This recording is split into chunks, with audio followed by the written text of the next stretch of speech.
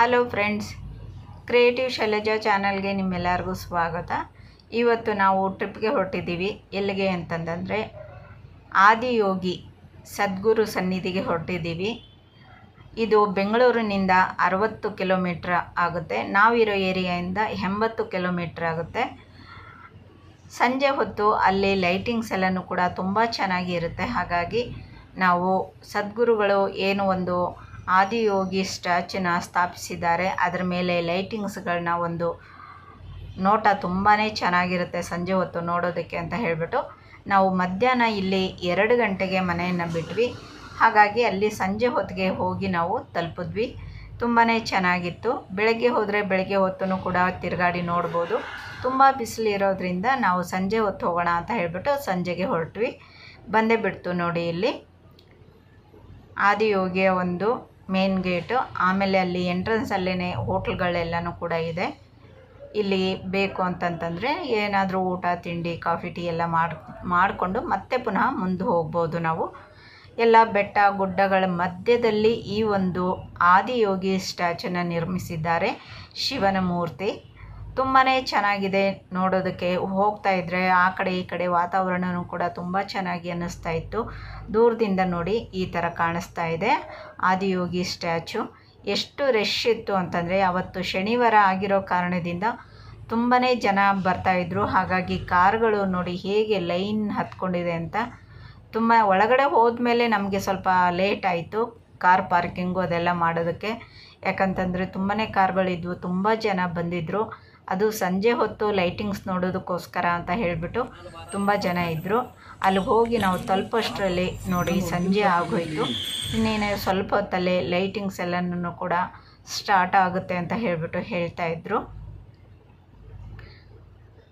ಇಲ್ಲಿ ನೋಡಿ ಎಲ್ಲ ಕಡೆಗೂ ಕೂಡ ಎಷ್ಟು ಚೆನ್ನಾಗಿ ಕಾಣಿಸ್ತಾ ಇದೆ ಅಂತ. ದೂರದಿಂದ ನೋಡಿ ಆದಿಯೋಗಿ ಸ್ಟ್ಯಾಚ್ಯೂ ಹೇಗೆ ಕಾಣಿಸ್ತಾ ಇದೆ ಅಂತ ಹೇಳಿಬಿಟ್ಟು ತುಂಬಾ ಚೆನ್ನಾಗಿದೆ. ತುಂಬ ಖುಷಿ ಆಯಿತು. ಯಾಕಂದರೆ ಮೊದಲನೇ ಸಲ ಬಂದಿದ್ದು ನಾನು ಇಲ್ಲಿಗೆ.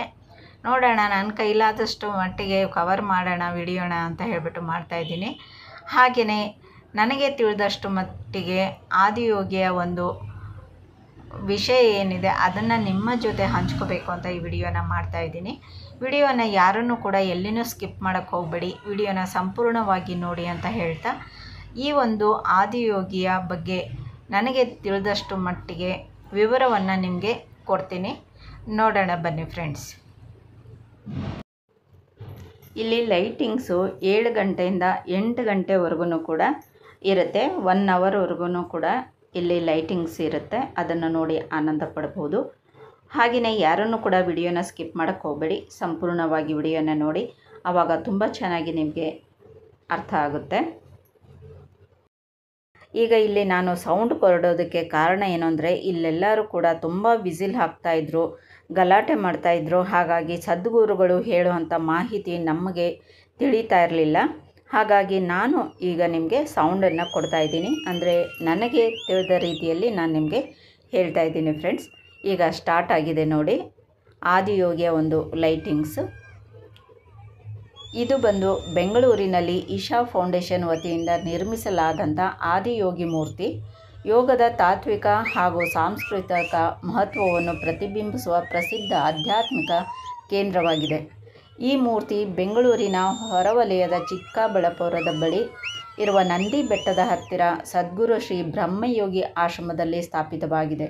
ಇದು 112 ಅಡಿ ಎತ್ತರದ ಬೃಹತ್ ಶಿವನ ಶಿಲ್ಪದ ಪ್ರತಿರೂಪವಾಗಿದೆ ಮತ್ತು ಇಶಾ ಯೋಗದ ಕೇಂದ್ರದ ತಮಿಳುನಾಡಿನ ಕೋಯಮುತ್ತೂರು ಶಿಲ್ಪದಂತೆಯೇ ವಿನ್ಯಾಸಗೊಳಿಸಲಾಗಿದೆ ಫ್ರೆಂಡ್ಸ್.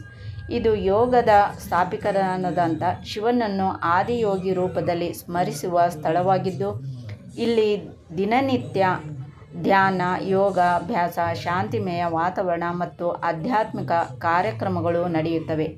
ವಿಶೇಷವಾಗಿ ಶಿವರಾತ್ರಿಯಲ್ಲಿ ಇಲ್ಲಿ ತುಂಬಾ ಒಳ್ಳೆಯ ಒಂದು ಭಜನೆ ಹಾಗೂ ನೃತ್ಯಗಳು ಹಾಗೂ ಗಾಯನಗಳೆಲ್ಲನೂ ಕೂಡ ನಡೆಯುತ್ತೆ. ರಾತ್ರಿ ಎಲ್ಲನೂ ಕೂಡ ಜಾಗರಣೆ ಕೂಡ ನಡೆಯುತ್ತದೆ. ನಂದಿ ಬೆಟ್ಟದ ಪಕ್ಕದಲ್ಲಿರುವುದರಿಂದ ಇಲ್ಲಿಯ ಪರಿಸರವೂ ಸಹ ಮನಸ್ಸಿಗೆ ಶಾಂತಿ, ಸಮಾಧಾನ, ನೆಮ್ಮದಿ ಕೂಡ ನೀಡುತ್ತದೆ. ಪ್ರತಿದಿನ ಸಾವಿರಾರು ಭಕ್ತರು ಇಲ್ಲಿ ಬಂದು ಈ ಒಂದು ಆದಿಯೋಗಿಯ ದರ್ಶನವನ್ನು ಮಾಡುತ್ತಾರೆ. ಈ ಒಂದು ಪ್ರತಿಮೆ ಬಹಳ ಪ್ರಸಿದ್ಧವಾಗಿದ್ದು ಇಲ್ಲಿ ಪ್ರವಾಸಿಗರು ದಿನನಿತ್ಯಲೂ ಕೂಡ ಭೇಟಿಯನ್ನು ಕೊಡುತ್ತಾರೆ. ಈ ಒಂದು ಸುಂದರವಾದ ವಾತಾವರಣವನ್ನು ನೋಡಿ, ಈ ಒಂದು ಲೈಟಿಂಗ್ಸ್ನ ಒಂದು ನೋಟವನ್ನು ನೋಡಿ ತುಂಬ ಖುಷಿ ಪಡುತ್ತಾರೆ. ಇದು ಯೋಗದ ಸಂಸ್ಕೃತಿತ ಮತ್ತು ಭಾರತೀಯ ಆಧ್ಯಾತ್ಮಿಕ ಪರಂಪರೆಯ ಬಗ್ಗೆ ಜಾಗೃತಿ ಮೂಡಿಸುವ ಒಂದು ಸುಂದರವಾದ ವಾತಾವರಣವಾಗಿದ್ದು, ಆತ್ಮಾನುಶೀಲನೆಗಾಗಿ ವಿಶಿಷ್ಟ ವಾತಾವರಣವನ್ನು ಕೂಡ ನೀಡುತ್ತದೆ ಫ್ರೆಂಡ್ಸ್. ಇಲ್ಲಿ ಏನು ಅಂತಂದರೆ, ಇಲ್ಲಿ ಬಂದಿರತಂಥ ವೀಕ್ಷಕರಿಗೆಲ್ಲರೂ ಕೂಡ ಸಮಾಧಾನವಾಗಿ ಕುಳಿತುಕೊಂಡು ಈ ಒಂದು ನೋಟವನ್ನು ನೋಡಿ ಆನಂದ ಪಡಬೇಕು. ಅದನ್ನು ಬಿಟ್ಟು ಎಲ್ಲರೂ ವಿಸಿಲ್ ಹಾಕೋದು, ಕಿರ್ಚಾಡೋದು, ಕೂಗಾಡೋದು ಮಾಡಿದ್ರೆ ಅದು ಒಂದು ಸ್ವಲ್ಪ ಕೂಡ ಚೆನ್ನಾಗಿರೋಲ್ಲ. ಸದ್ಗುರುಗಳು ಈ ಒಂದು ಆದಿಯೋಗಿಯ ಬಗ್ಗೆ ತುಂಬಾ ಚೆನ್ನಾಗಿ ವಿವರಣೆಯನ್ನು ಕೊಟ್ಟಿದ್ದಾರೆ.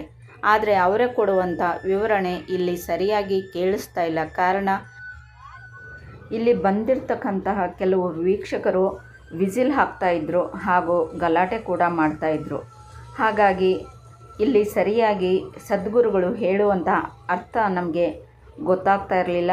ಹಾಗೆಯೇ ಅವರು ಇಂಗ್ಲೀಷ್ನಲ್ಲಿ ಹೇಳ್ತಾ ಇರೋ ಕಾರಣದಿಂದ ಕೆಲವರಿಗೆ ಇಂಗ್ಲೀಷ್ ಬರದೇ ಇರೋ ಕಾರಣದಿಂದನೂ ಕೂಡ ತೊಂದರೆ ಆಗ್ತಾಯಿತ್ತು. ಆ ಕಾರಣದಿಂದ ನನಗೆ ತಿಳಿದಷ್ಟು ಮಟ್ಟಿಗೆ ನಾನು ಇಲ್ಲಿ ಸ್ವಲ್ಪ ವಿವರಣೆಯನ್ನು ಕೊಟ್ಟಿದ್ದೀನಿ ಫ್ರೆಂಡ್ಸ್. ಈಗ ನನ್ನ ಒಂದು ಸೌಂಡನ್ನ ಮ್ಯೂಟ್ ಮಾಡ್ತೀನಿ.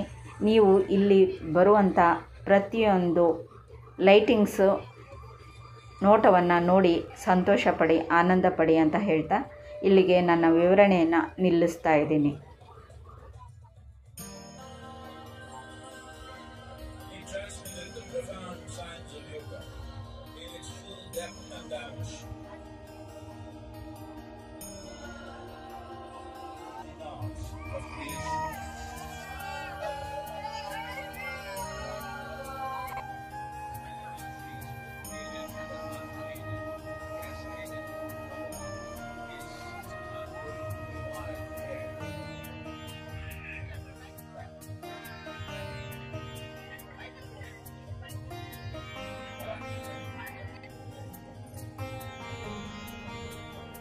ನೋಡಿದ್ರಲ್ಲ ಫ್ರೆಂಡ್ಸ್, ಅರ್ಧನಾರೀಶ್ವರ ಎಷ್ಟು ಚೆನ್ನಾಗಿದೆ ಅಂತ ಹೇಳಿಬಿಟ್ಟು ಲೈಟಿಂಗ್ಸು ಯಾವ ಥರ ಒಂದು ಅರೇಂಜ್ಮೆಂಟ್ ಮಾಡಿದ್ದಾರೆ ಅಂತ.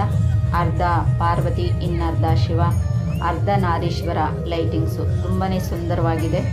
ಹಾಗೆಯೇ ಇದರ ಜೊತೆಯಲ್ಲಿ ಸದ್ಗುರುಗಳು ಈ ಒಂದು ಆದಿಯೋಗಿಯ ಬಗ್ಗೆ ತುಂಬಾ ಚೆನ್ನಾಗಿ ವಿವರಣೆಯನ್ನು ಕೊಟ್ಟಿದ್ದಾರೆ. ಇಂಗ್ಲೀಷಲ್ಲಿ ಅವರು ಕೊಟ್ಟಿದ್ದಾರೆ. ಅಂದರೆ ಸ್ಟಾರ್ಟಿಂಗಲ್ಲಿ ಅವರು ಕನ್ನಡದಲ್ಲಿ ಹೇಳ್ತಾರೆ. ಇಲ್ಲಿ ಜನಗಳ ಕೂಗಾಟದಿಂದ ಅದು ಯಾವುದು ಸರಿಯಾಗಿ ಕೇಳಿಸಲಿಲ್ಲ, ಸ್ವಲ್ಪ ನಾವು ಹಿಂಭಾಗದಲ್ಲಿ ಕೂತಿರೋ ಕಾರಣದಿಂದ.